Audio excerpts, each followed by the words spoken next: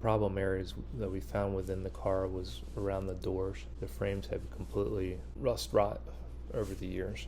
The existing gutters over the two doors were taken off and cleaned up, and then we will reinstall these as the paint job happens.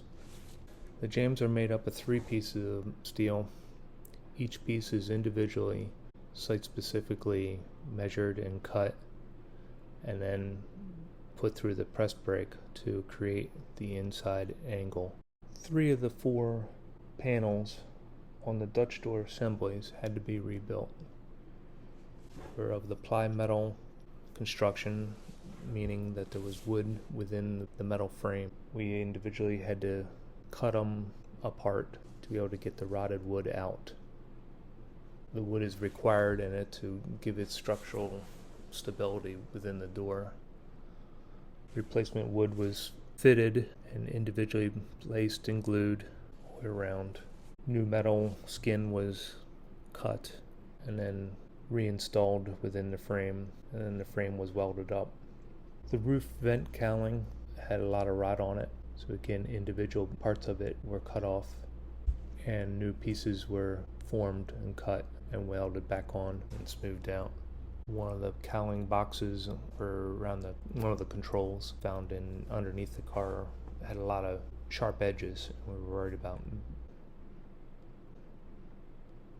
Neither one of the trapdoors systems were working on the car. George had to figure out how they worked and took them apart to get them re-engineered them a little bit.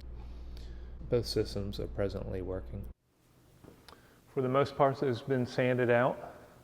There's a whole bunch of rot that was taken out and re-welded, new plates on here.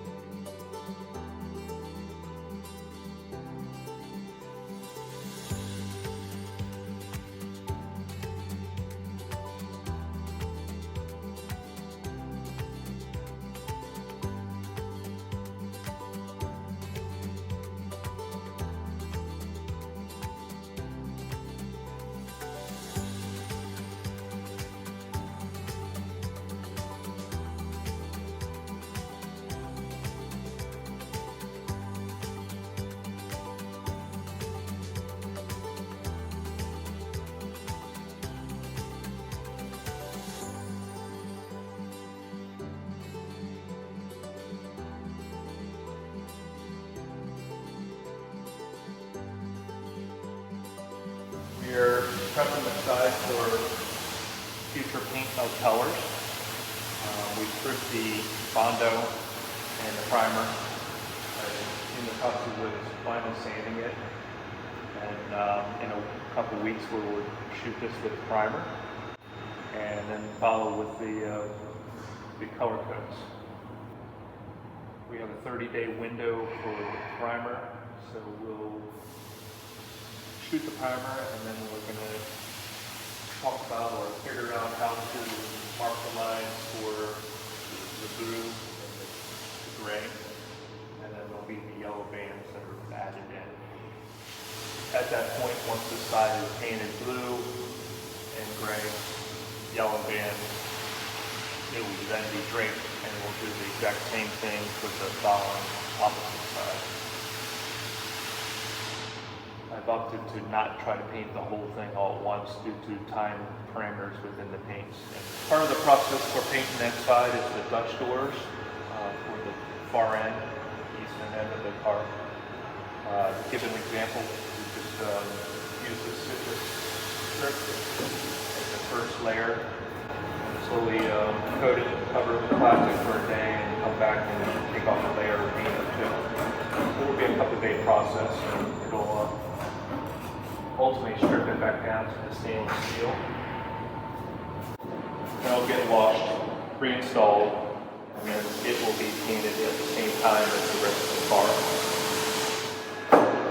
Another one of the processes is the different grills throughout the car. We sandblast them, we'll prime them and paint them at the same period in time with the car.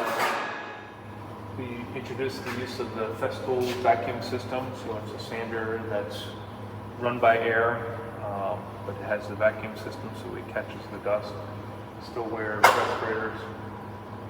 And so I'm taking this up to 220 grit. Just kind of doing a reverse on what I've already done. So we started out with an 80, 120, 180, and then 220 grit.